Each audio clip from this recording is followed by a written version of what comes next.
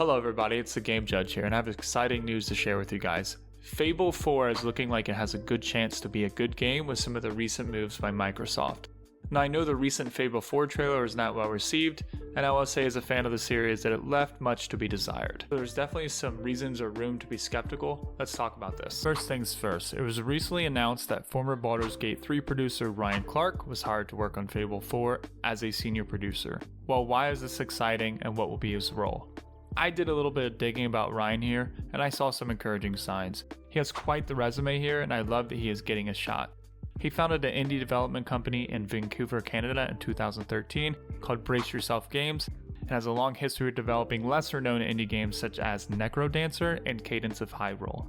I decided to look into some of these games developed by Brace Yourself Games, and they seem to be a mix of rhythm games where you find kind of dance moves to achieve things, and mostly turn-based RPG game styles. He then went on to work as an animation producer for 4 years at Larian Studios, working on Baldur's Gate 3, and we all know how successful that was. He was currently hired to be the senior producer at Playground Games, an Xbox-owned development studio. Now I like what I'm seeing here. It seems like he has a passion for gaming and has a lot of experience in indie development, and most recently working on Baldur's Gate 3.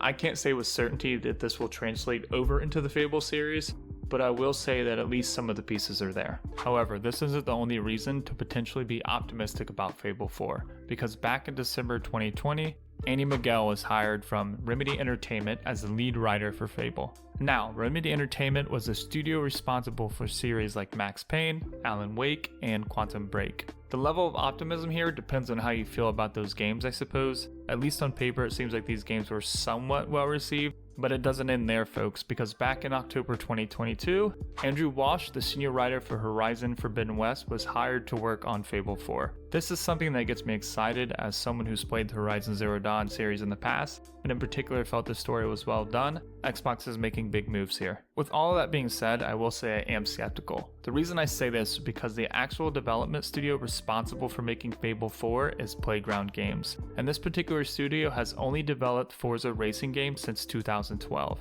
So while these games seem to be well received overall, if you check game review scores across the board, they're a totally different genre than the Fable series. I mean, Fable falls under their action role-playing genre, while Forza is under the racing genre. That way, you great big Balverin turd! So this leaves me scratching my head a little on the decision here. Now, I know Microsoft has acquired many other studios recently, and studios like Obsidian Entertainment may be a better fit. The reason I mention Obsidian Entertainment in particular is because they have a long history of developing RPG games such as Fallout New Vegas, Neverwinter Nights 2, and most recently The Outer Worlds. By the way, if you guys haven't checked out The Outer Worlds, you should. They also have been developing these types of games for about 20 years, so the experience and success is there. But perhaps these other studios are working on other games. Nonetheless, I think this is a big gamble considering this is Microsoft's attempt at revitalizing a once very popular exclusive IP for Xbox in the Fable series. I will say though that hiring Ryan Clark from Larian Studios was a great move by Xbox with his previous work in RPG game development and at his indie studio and his work on the very successful Baldur's Gate 3. I believe this gives Fable a fighting chance now that he is at the helm of the ship.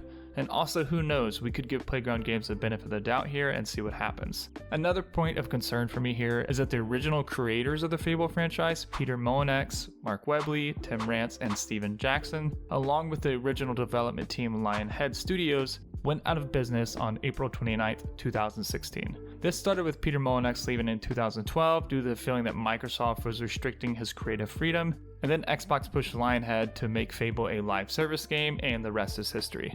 And I hope that Microsoft learned a lesson in trying to make the Fable game a live service game. Turns out that didn't work out well. And to be honest, Fable kind of started out as an action RPG game, and I didn't like in the later Fable games how they did a time leap forward and they kind of went away from like the sword and magic wielding fantasy land of Fable and they turned to guns. And in the Fable 2, the armor didn't even matter. It was more for like appearance and attractiveness.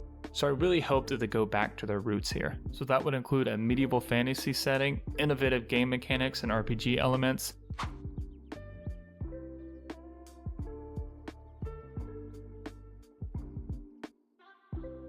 And I think if they just do that, stick with the foundation that they had from the first Fable and just make it better, then I would be super thrilled to see what they come up with. However, this is just my personal opinion, and something to note here as well is the Fable 4 trailer does appear to be in this fantasy setting with the character utilizing a sword. We've all seen them, haven't we? Swanning about the place with their disproportionately high cheekbones and comically massive weapons. Wanker. Roughing up bandits, because they like to rough up bandits, don't they? So that is an encouraging sign.